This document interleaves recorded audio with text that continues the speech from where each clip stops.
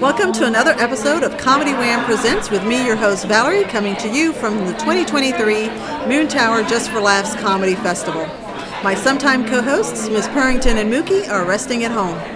ComedyWham.com is your place to go for features about all Austin comedy. In addition to podcasts, we bring you articles, album reviews, our advice column Rochelle takes on comedy, a festivals page, and an FPIA page where you can see the history of the long-running Austin contest. And you'll find all of the best comedy shows on our events pages for Austin, Houston, and DFW. If you're a comic in those cities and want your show featured on the calendar, click Submit a Show at the top of our homepage to complete the short survey. Tag us on your Instagram stories and we will share your show promo. Follow us on Instagram, TikTok, YouTube, and Facebook at Comedy Wham. Looking for ways to support all of these resources that we provide? You can donate to Comedy Wham on PayPal, Venmo, or even Patreon. Search for Comedy Wham on Patreon and check out our subscriber perks. Now let's get back to our podcast. Launched in 2016, the Podcast Project brings you funny people and their stories. As a fan, I like to delve into a comic's background and motivations and will usually take a detour along the way. Consider the interview a way for you to get to know the folks that make the Austin comedy scene as fascinating off stage as it is on stage. If you like this podcast, please rate and review us. This background music is hilarious. Okay, today we are recording live on location at the Driscoll Hotel. We met this comic last year at the 2022 Moontower JFL and then chatted with her again when she was coming in to headline Cap City over the New Year's weekend. Be sure to go back and listen to our episodes with her. Listen to her Judo Award-winning album Little Bit of Buddle and her podcast Obsessed with Sophie Buddle. You now know her name.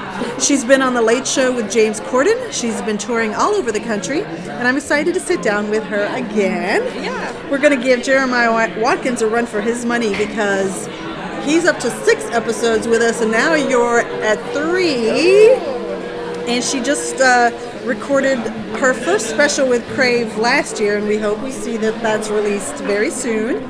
And now Comedy Wham presents, welcome back our guest, Sophie Buddle. Thank you. Yeah, Thank you. Yeah, I just did the Tonight Show too, like 2 weeks ago. Oh, exciting. Yeah, it's so exciting. I mean, it's like late night stuff is always a big deal for Canadian comics, especially. Yeah. It's like really, because we don't have anything like that in Canada, so it's pretty sweet. How have your festival? Good.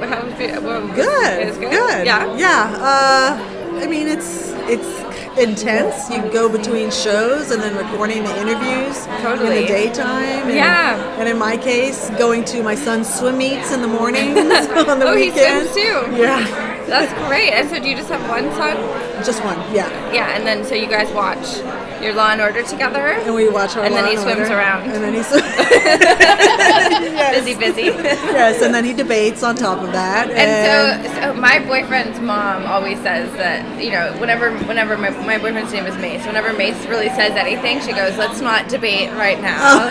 And then he just gets so like, and so is it like that, or does your son do actual debates? Oh, he does actual debates. Okay, yeah. You don't mean it as like a... Yeah, I mean, he does that too. He's 16, yeah. so yes, there's chatty and combative sometimes. Combative, yeah, that's the word. But, you know, in general, he's definitely a good kid. It is fun to pull out, though, if my boyfriend says anything that, you know, to disagree with me. I'm like, let's not have one of your debates right now. It's really irksome. That's great. Well, congratulations on the Late Show. I did not realize that, but I think in doing my refresher homework, I think I saw that set. Oh, yeah. So I don't know why. Well, I know why I didn't put it on here because I was in a rush. And I used not a big deal. Your credits from last year. I mean, I'm happy with any credits. So you came here. What do I want to do? Because when I have people back, I don't want to, go through all the same stuff that we've already gone through. I just want to talk. Yeah, let's chat. Well, the thing is, I've been on the road basically since I saw you last. Like, I'm a real road dog. I've been on the road like every weekend. I feel like I've seen all of America now. Yeah. and I'm on the road for the next 16 weeks or something. So now basically my goal is to get a good writing job so that I have to cancel a bunch of tour dates so that I can just stay somewhere and just get some money. But now the writer's strike is about to happen, so it's really bad timing. Yeah, so you'll be touring around the country until that's resolved. I think so. I think there's a couple different like workarounds for that. Like I know a couple shows that have found a way to like categorize themselves as unscripted or whatever. And I'm not in the writers' unions. I think I can do like non-union work, but it's not good to it's good to have solidarity. Right. And I have stand-up dates, so it would be a pretty bad time to suddenly switch. Yeah. But it might be a good time for Canada stuff too. Like I might pitch TV show ideas to Canadian networks. It might be our time to shine. Yeah. So you're essentially navigating a whole new industry by being now based in the US. Yeah. Because you've mentioned several times how it's not like that in Canada. They don't do this in Canada, so having to learn. I don't know if we've ever even had a Writers Guild strike in Canada. Like there was one time that comedians tried to unionize, and then it just fell apart so quickly because all the clubs were like, okay, well we'll just book the newer comics because everyone's itching to do it, and so we were like, no, we'll do it. And I heard there was one time that the comedians in LA tried to unionize or something, and then I think somebody died. No disrespect, I think just that it did happen. So I stand with unions. Both my parents are school teachers, so I love unions, obviously. But it was tricky. I was trying to learn about it because I listen to a lot of political podcasts, and there was I think an episode of The Daily or Today Explained that fully was covering all the stuff in the writer's strike and what they want and how it's likely to last a really long time because like the streamers are in a really good position because like streaming services often bank quite a lot of shows, so they have content for quite a while, and so they can afford to sort of sit on. That's why they had so much stuff at the beginning of the pandemic. Like they put out Tiger King and like Love Is Blind, all these things. They just had it already. Yeah. And so everyone was like, oh, the pandemic's easy. Look how much content we have. Yeah. And then it ran out, and everyone was like, okay, let's. And that's the streaming thing is the nature of the strike too, because if you write for a show that streams only versus a televised show, the pay disparity is massive. Massive, yeah. So I'm told that Netflix is open to paying more upfront. I think that Netflix is going to be is going to play ball with that. Yeah. But it is true, and then the benefit to the way that it is now is that people were not getting paid based off of how good something did, which is like good because most shows are not a hit, and so you still get paid a fair amount. Right. But it's bad because it's like if you're on a show that is a hit, like you want to get a bonus or something. So I think it's pretty interesting. It's a pretty nuanced industry. Yeah. But writers are asking for quite a lot, which I think is really good. They're supposed to be kind of one of the more aggressive labor unions, which makes sense. Everyone's writing. Write down their demands. Yeah.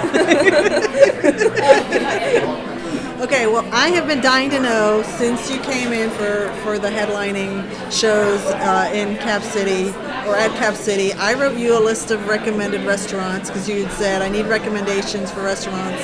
So which restaurants did you end up hitting up? Or do you remember? Food at the Cap City Comedy it was right in that complex. Yeah. And we didn't have a car, so we went to a couple different places in that little complex. Okay. But I didn't go crazy with it. Was there things near here that you told me to hit up? I honestly don't remember. I'd have to go back and look at messages. Well, another thing is because I don't have a driver's license. I don't ever ride cars, but I just got my learner's permit. Ooh. Very big deal for me. I know. Suck it, your 16-year-old son, right? Does he already have his driver's license? Okay, he's dragging his feet. I'm going to tell him now. Now it's dire. I was saying that to my teen nieces or my teen cousins. Like, if I have a license now, you really got to kick it into high gear. Do you have a timeline for when you get your I think they said I have to wait a year or something. It's like in Canada, like the BC rules. Yeah. Wait. British Columbia. No. I never know what Americans know about Canada. No, I mean you're getting your license under Canadian driving rules? Is that what you said? Yeah. I had some time. I was there for the Just for Laughs festival there. Yeah. And I was like, wouldn't that be so random if I got my driver's license? And so I went, and it was like pretty easy. It was like multiple choice, just a pretty, you could download an app and then practice the test a few times. And I just went and I was like, this is so easy. BuzzFeed quiz. Well, this is the thing. It's like I never pictured myself driving because it just seems like a lot of like paying attention. It seems like a lot of looking forward, which is like something that my eyes dart around a lot. And I was like, people will die. Yeah. But then I realized I created a new narrative for myself where it's like, what if I was booting around town in a little red car going and doing shows? And so I hadn't considered that I could have a little red car. Oh. And so now I'm going to do it. And does your boyfriend drive? Yes, he loves to drive. Oh, okay. I think men love to drive. Yeah. Except for my son. Except for your son, yeah, but soon. We'll get there. Yeah. We'll get there. Yeah. Am I allowed to call an audible? Sure. We have not given her the full treatment of allowing her to do a follow-up icebreaker. Oh. Sure. Follow-up icebreaker? Yeah, so last year I asked you one word to describe your past. So if you had to pick one today, what would your one word be? One word to describe my past. Unenlightened.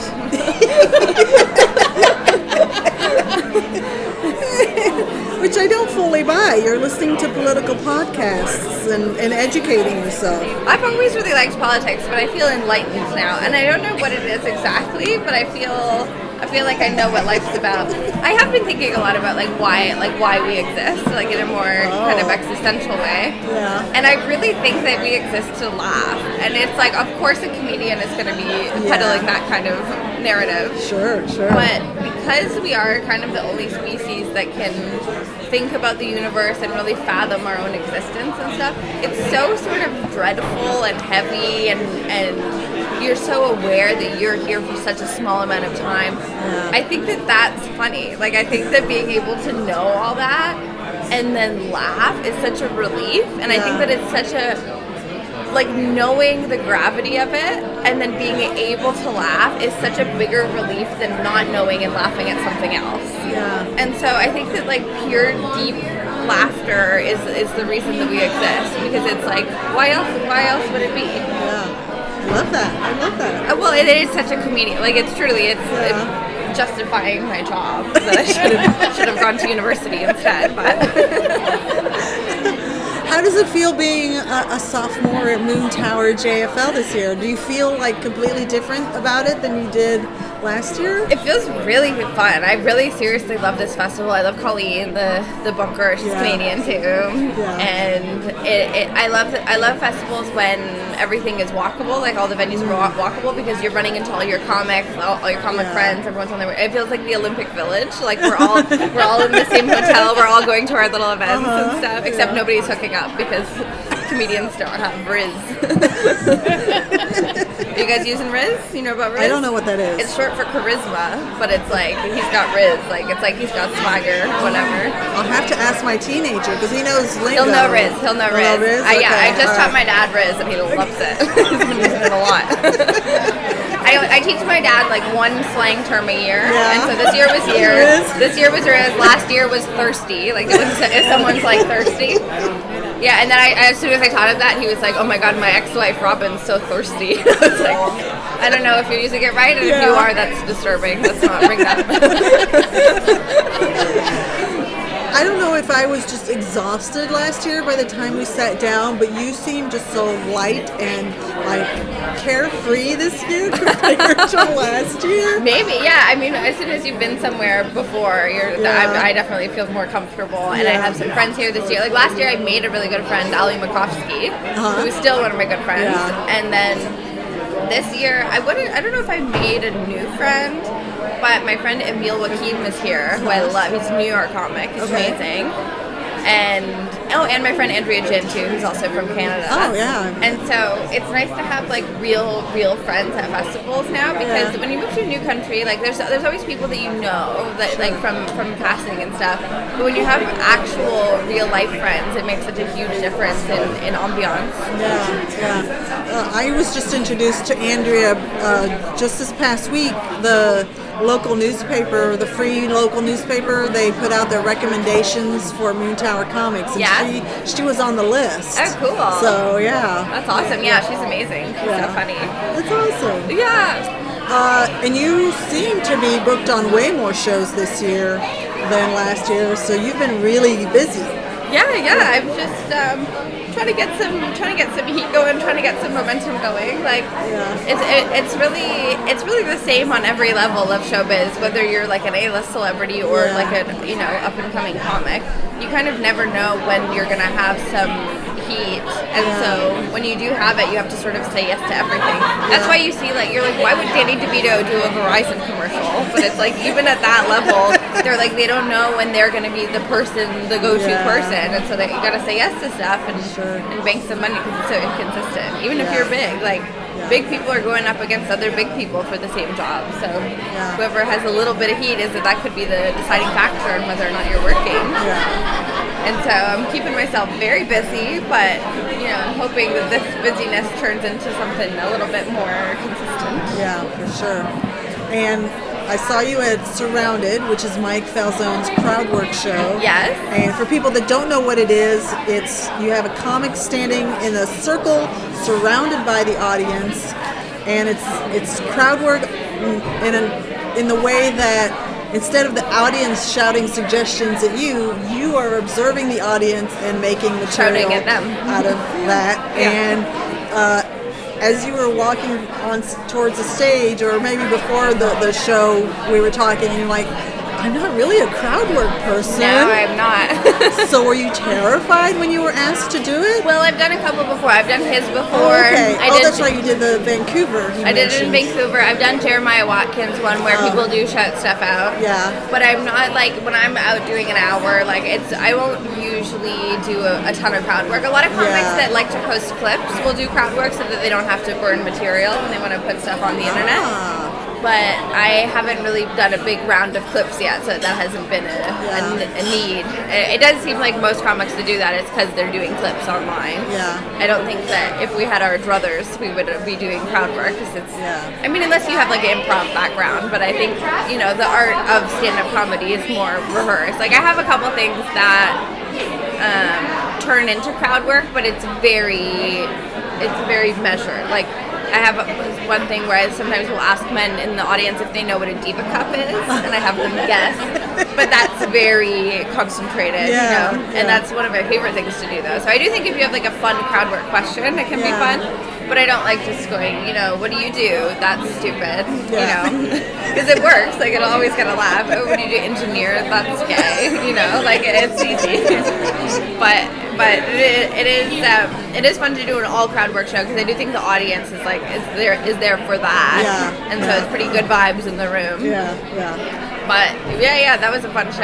And had you, since you have done this show before, I saw 2 or 3 last year of the Surroundeds, and last night's was my second one to watch, and I hadn't seen anybody do what you did. Oh, the crush thing? And the texting thing. So I did that on my first Surrounded too. I asked if anybody in the room has a crush on anybody, and then I try to collectively as a room create a spicy little text to send them. You being creative. I love crushes. I love it, and I'm in like a long-term relationship, so I don't really get to engage with crushes very much. And so if my friend ever has a crush, or like someone in the audience has a crush, I love to hear about it, and I love to hear like a little story, like how did you know you had a crush on them? Do they like you too? What's the background? And it's always, the 2 times I've now done it, it's somebody has a crush on somebody that they're in a band with. Really? And I'm like, musicians are such perverts. Like, they're just trying to meet each other. It's so funny. For sure. But one thing that I was really glad to find out is, like, I've always complained about men playing guitar. I find it disgusting when men want to play guitar. And then I thought that was just a me thing. But then I brought it up, and I was seeing a lot of women's heads nodding. And I was like, I had a realization that I think, I hate when a man is like playing guitar and it's just the 2 of you and you have to just watch and listen. It's like, right? Is it? Yeah. It's like, what are you supposed to be doing?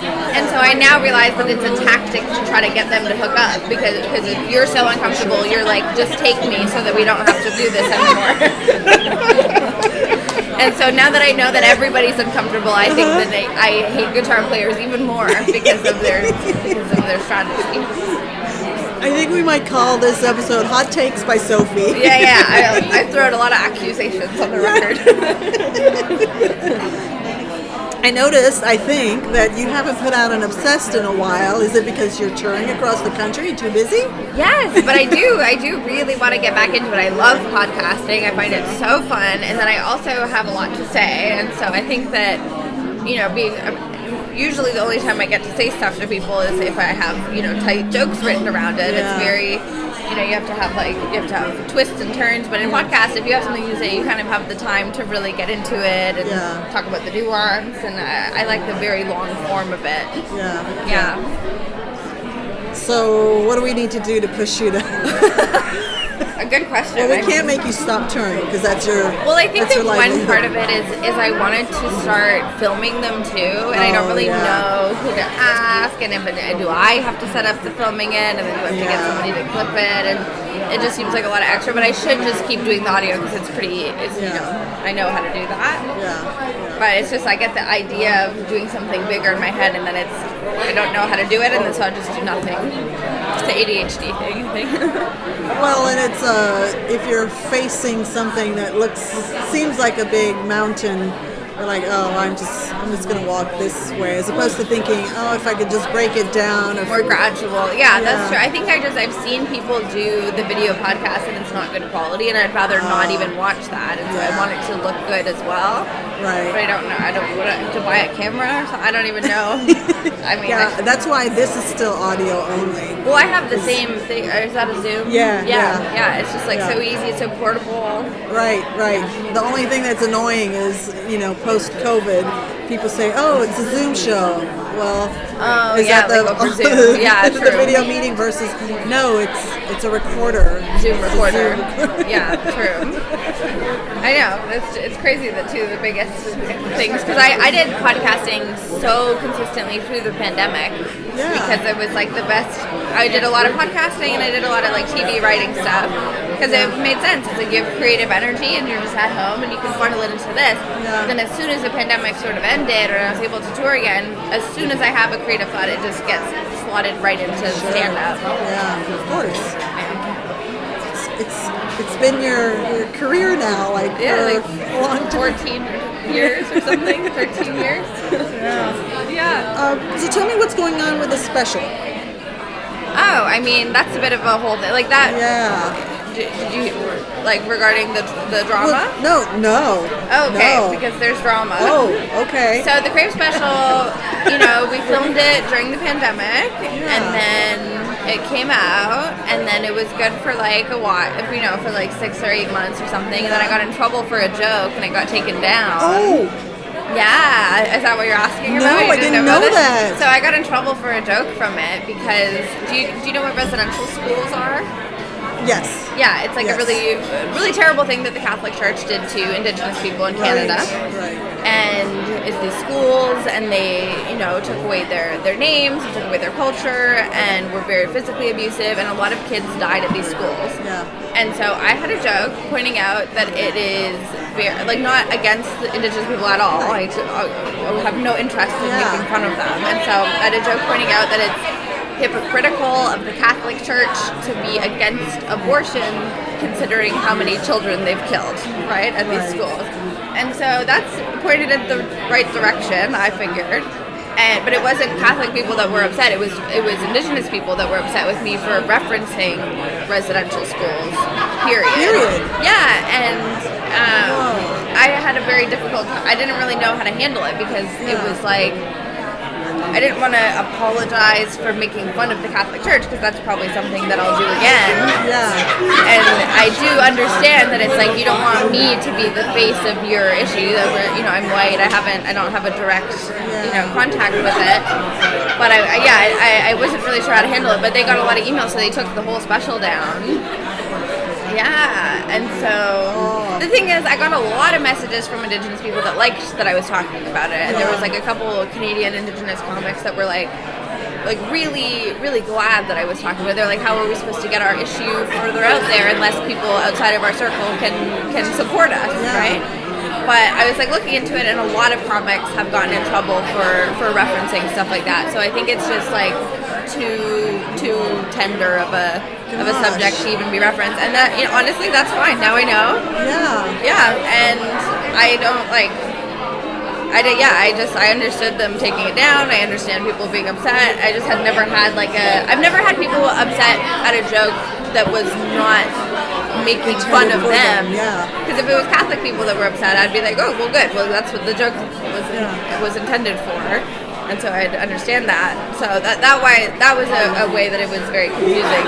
And it was like, I was getting a lot of like death threats and stuff as well. So that was a bit stressful, because you're also like, you know, my location is always out there because I'm on the road and I'm going to be on stage alone in the light and I can't see anybody. So there was like a week or two that I was like pretty nervous, but I still was doing shows and stuff, because I was also kind of like, I think it was like quite a trauma response, because it's like you hear this very traumatic subject and you respond. But I think that if after sitting with it, you would be like, I don't think that I'm going to kill this person, because, you know, it was triggering, but it's not worth going and like hurting somebody physically that maybe, you know, was insensitive, or like whatever your deepest anger to me were. I don't think that would warrant showing up at a show and doing something. So that was very dramatic for me. So as a comic, if you know, I don't know how much of the entire special this segment represented. Was there a part of you that was thinking, well, can we just take that part out?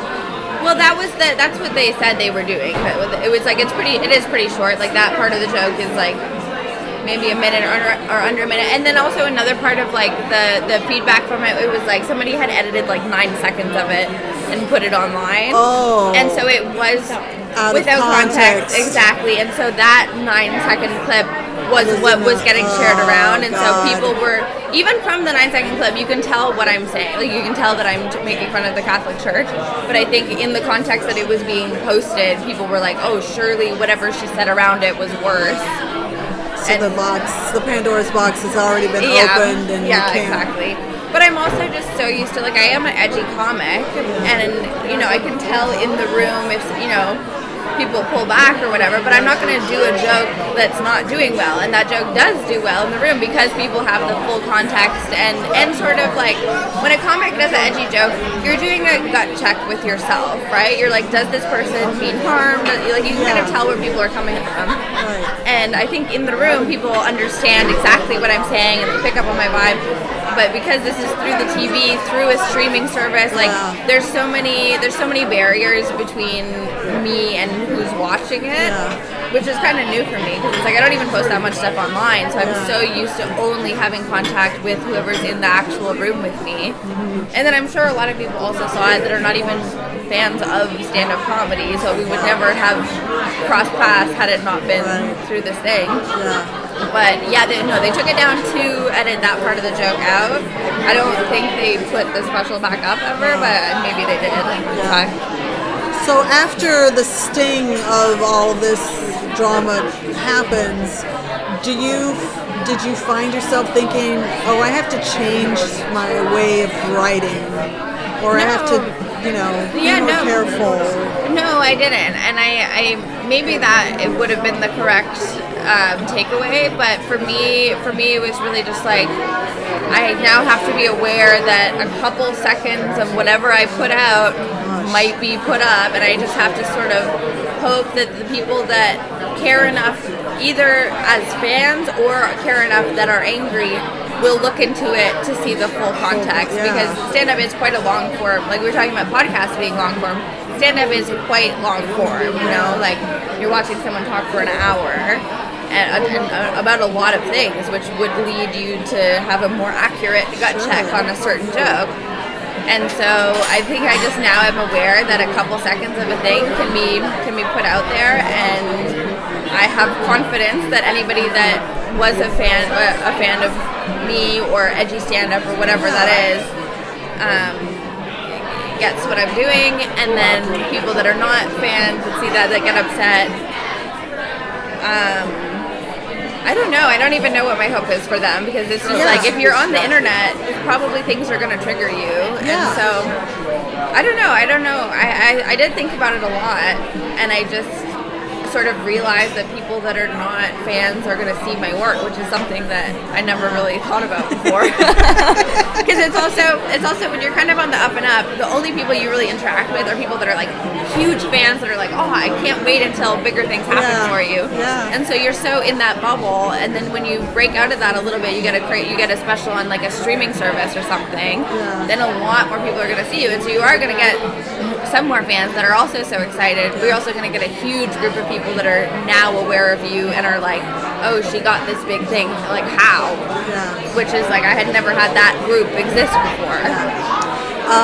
Breaking news, when you were on the late night show, the late night Jimmy Fallon, whatever, there were a lot of people watching who are not, comedy people, so it's going to happen more and more. Yeah, totally, exactly. Yeah, and that's such a must be a hard thing to grapple with, where you know that your intent is good and not malicious, and to have things twisted around and you cannot go and knock on everybody's door and say, but this is what I meant. Yeah, exactly. And so just sitting with being misunderstood is what's, I think the core difficulty is just knowing there are people out there that misunderstood your intention or whatever.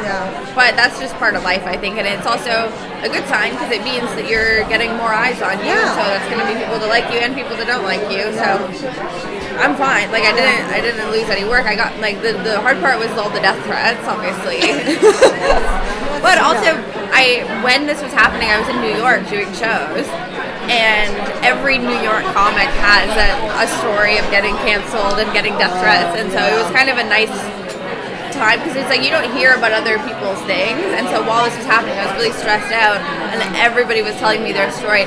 And for like male comics, a lot of it is like, more serious stuff, and then a lot of my female comic friends, it was just like, I did a tweet making fun of Harry Styles, and his fans came for me and dag up all my old tweets and this and that, and so I do think that a big part of it is just being a woman on the internet. It's like people are gonna be angry at you, and then being a comedian sort of period, like joking about anything, like the fact, like for us to say something in public out loud, it's in the format of a joke. That's our job, is to talk in jokes.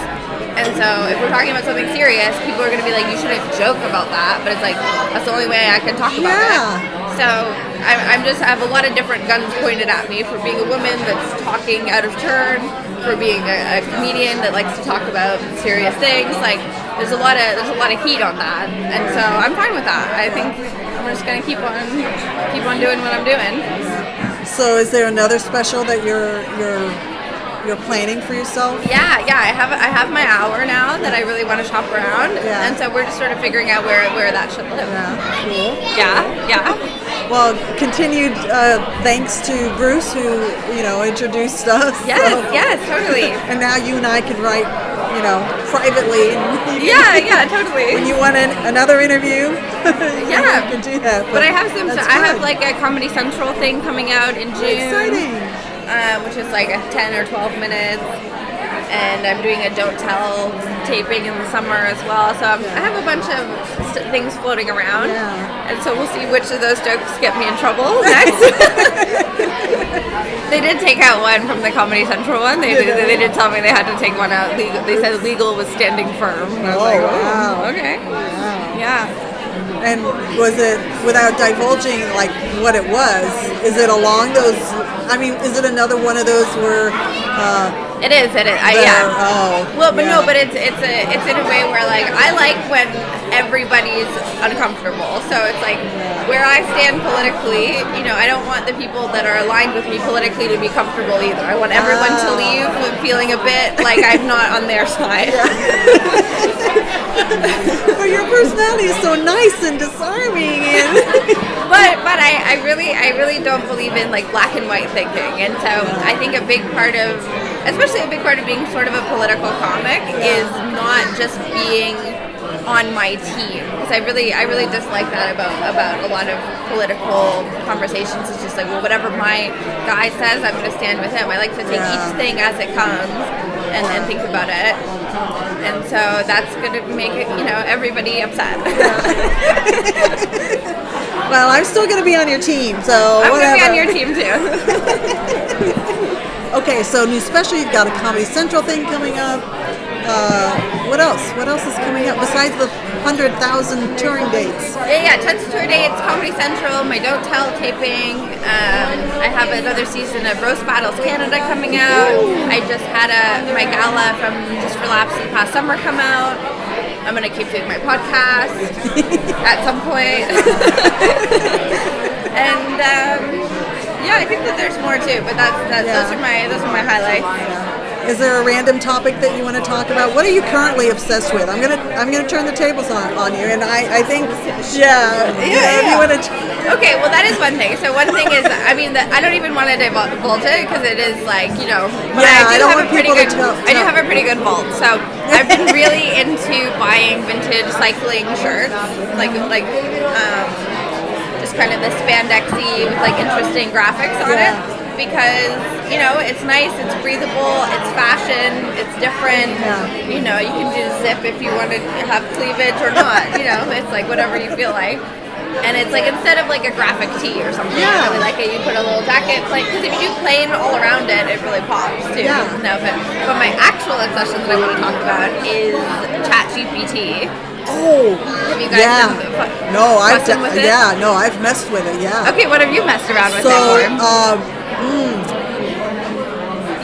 Talk about airing out. I knew my Dork Forest girly because I've been talking about Chat GPT to everybody, and nobody else has played around with it. So this is really exciting. So we have dabbled with running one of our episodes through Chat GPT to see what does it come up with. And it's very evident that it is just not a human voice at all. And that's one of the things. To do an episode. Well, because every recording that we do, we write an article to go along with it. And, I think it really does come through. I don't know if anybody reads the articles, but it does come through that this is a human voice. They were impacted or affected in some way by listening to the podcast episode, and the writer is conveying that, and Chat GPT cannot do that. Okay, cool. That's really interesting. And so you put in the words for it, and then what command did you give it? Like make another episode, or summarize it? Summarize. Okay, cool. Well, I don't know which one. Like Chat GPT, I don't know if it wasn't the latest one. Because the newest one is insane. Yeah. I haven't, you have to pay to use it. And so I've mostly been like reading about it and listening to podcasts about it. Yeah. But it's already changed everything. Like English teachers at school can no longer have kids go and do an essay. And it's going to be like this new battle between so many industries and this program. Yeah. And so I saw one really interesting teacher talking about what he's going to do is say he needs all the kids to do an essay about civil rights in this book that there is one of the mandated reading. He said he's going to put that into Chat GPT and he's going to get it. He's going to be like, write me 6 essays in different voices about this and this. He's going to print them all out for the kids and be like, this is a D. So you have to do something better than what the base Chat GPT essay is. Yeah. And I think that's either going to really up everybody's thing, or somebody's going to figure out a prompt to put those in and be like, write something better than this. Because it's can take edits and stuff. And so it's so hard to know exactly how to balance it out. Yeah. The person behind our website who does, all the staging and whatever, he's a hardcore programmer. Yeah. And I think he has the paid version, and he wanted to run through an episode and say, write the article in a sarcastic voice. Yeah, you can do different voices. And yeah, exactly. He was impressed with what came out. No, that's kind of the best use of it is if you have a specific prompt for it.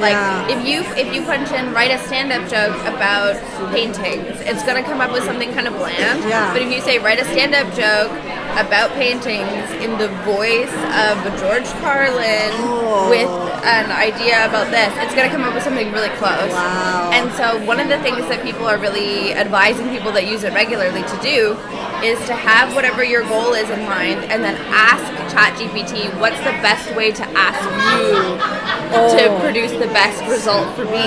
And then it tells you the wording that'll make it give you the best thing. Like, it is so advanced. It's like going to change everything. Yeah. And my son's in high school, and he's dealing with that too. He knows he's got classmates that are running it through, and he did have an essay. He's very transparent with me, so he told me, I ran an essay homework assignment through Chat GPT, and I think he edited it, but he did use it, and I'm like, please don't do that. I haven't been writing however many articles and writing for our local paper, to have a machine created, but totally. Well, my boyfriend's nephew said the same thing. Like, he said that he and a bunch of people at school do that. There's a really funny, there's a new season of South Park out. I don't know if you watch South Park ever, but the little boys in it all have little girlfriends at school, and they're using Chat GPT to answer the girls' text messages. And so you see the girls like so happy texting, being like, I can't believe you just always say the right thing. Like, I finally have someone to talk to, and all this stuff. And then the Chat GPT knows exactly how to answer. And then they're in person together, and then she's like, I can't believe that the same thing happened to you with your uncle. And then he's like, no, because he just like wasn't even reading it. He was just writing it off. Oh my gosh. And so, I thought that was a really funny take on it. Yeah. But it really is so, and there's so many different things that it can do too. Like, a lot of programmers have been using it. It can write code really well, apparently. And another thing that I thought was insane was lawyers were using it because you can put in certain judges' past rulings and your case, and it can point out what the judge clearly favors in rulings from all of its past history. And so I always see in like cop shows and stuff, like, you're like, oh, we got this judge, they were into that thing. Yeah. This can measure it down to like such a more precise argument. But the only thing about it is it doesn't necessarily need to be truthful. And so if it's told to write an autobiography or a historical thing or this or that, it'll just change facts if it's more convenient for it. And like, you can That's a problem. The thing is, you can read through it and then be like, that's not true, edit that part of it, and then go through it. But that's its sort of thing that it still exists. So it's not writing news articles and stuff like that. Yeah. But that's my real obsession. The same Richard that I was talking about, he must have run through one of our podcast episodes and given whatever this app was a script to say, or maybe come up with a random saying, and had my voice saying random things. Well, the voice thing is pretty good. Like, I just heard they're doing a lot of song reboots, like having a singer sing a different song. Oh my gosh. And so I just heard Kanye West singing Adele, Someone Like You. And it sounds so good. Like, it literally sounds so good. Oh my God. Okay, and then the one other thing that's like so amazing about it is even my silly, because I watch a lot of like YouTube makeup, outfit, diet girls, like, that are just very, I have my little tech nerd side of me, and then I have my basic girls, suburban side.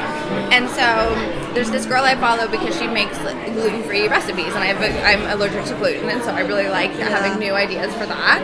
And she said you can just put into Chat GPT, give me a meal plan for a month with shopping lists, with like nutritional info, and it'll just give you every meal you want that day with snacks, with shopping lists. It factors in when you're gonna have leftovers, so it puts that in the next day.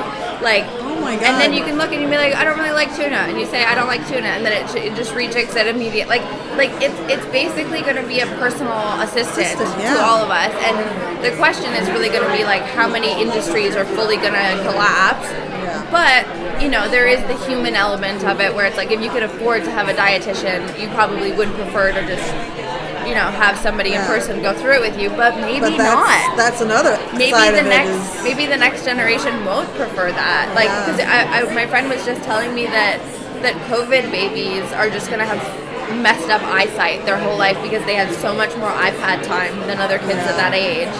And so maybe this generation of like that is way, because I grew up with technology and stuff, but it's way more extreme, younger than me. Yeah. And so maybe they truly won't prefer having human contact. Yeah. And yeah, it is crazy, and it's like it's hard to even fathom. But like people were talking about, I think it's third place, the concept of like third place, where it's like we all have home and we all have work, and we've sort of lost the element of a third place to be like it used to be, like the local pub or the park or whatever. But most people don't have a third place that's not work or home to socialize. And from the pandemic, a lot of people even lost work as a place because so many people are working from home. Mm-hmm. You're at home, and then you also do so much socializing online that even your socializing is at home. And so every place has sort of become just technology. And so I think even we're in danger of not preferring human contact to that because it's more comfortable. And it is more nerve-wracking to be around other people, whether you're extroverted or introverted. Like everybody has like, I said this weird thing, whereas if you're just talking online, you can edit or use Chat GPT or whatever you want, right? And so it is going to be like a pretty existential question for us as a society on how we're going to handle this. Yeah, you wonder because there's always extremes, it seems, in society, and we've been on such this rapid technological advancement phase. Is this the thing that's going to pull everybody back and say, oh, can we connect as humans, please?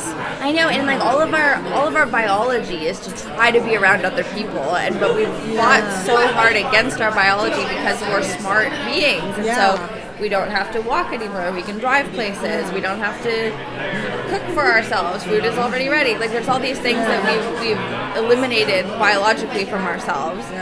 And so we're really banking a lot on just the biological urge to be around other people. Yeah, my goodness. You are obsessed. I know, and it's so morbid. I should give you the audio, and this could be the relaunch. Yeah. I was going to suggest, like, in addition to doing an article, we should have a click-through alternate that the Chat GPT. Oh, I love that idea. We will do the article first, so it can't be faked. Yeah. We have to do our own first, and then we'll compare and see like what came through. Yeah. Would you be on board with that? I love that idea. I love it. God. Maybe put a couple and people can vote which one they think is real. Oh my god. That could be really fun. That would be fun. Yeah. That would be so fun. Well, you have given us so much time today. Is there anything else we haven't talked about that you want to? No, I feel like I really got a lot off my chest there. You really did. Okay. I mean, you can't ask a comedian, you can't just give me the floor, like I'm going to run with something. Well, I know this may be shocking, but some comedians are not an open book and not, they have to be... Nobody in my family will talk this long about this with me, so I'm very relieved. That's why I started a podcast. I don't have siblings. Nobody will talk to me. Oh my God, next time we sit together, I'm going to bring my son because the two of you, he's an only child. This is like maybe not a nice thing to say on the record. This may come back to bite me, but the connection I have with teenage boys is just so deep. Like we have the same exact interests. We're just taking that soundbite. Soundbite. 9 seconds. This is my new 9. I know. I just talk in sound bites. It's terrible. But me and my boyfriend's nephew, who's like 15 or 16, we're so on the same page with everything. My boyfriend was saying it's weird that we just are exactly like the same music. Like I'm just a teenage boy, I think. Okay, Sophie. Last year and this year, I asked for one word to describe your future. What is today's word? Enlightened. Set myself up for that one. All right. Yeah. Are you curious what you said last year? Yes, I am. All right. Drum roll, please. Your past was comedy. Comedy. Your future, money. Money. I still wish it was money. And I can tell you my last year's prediction was wrong. Well, there is no guarantee on this podcast on your future word coming. That is I make people sign a contract that I have no control over. Amazing. Well, it's so great to sit down with you again. Yes. Okay, so that is a wrap on Comedy Wham Presents for the third official time, Sophie Buddle. Sophie, tell us where people can find you on social media and your upcoming projects. Yes, I am Sophie Buddle, Buddle, on Twitter and TikTok, and on Instagram, SophBuds. And stay tuned for those upcoming specials to come out. Comedy Central and the Don't Tell, right? Okay. We hope you've enjoyed learning about how Sophie got to be the comedic genius that you heard today just as much as I had. Truly obsessed with Chat GPT. This has been Comedy Wham Presents Sophie Buddle. I'm Valerie, and that's been funny. Thank you, Sophie. Thank you.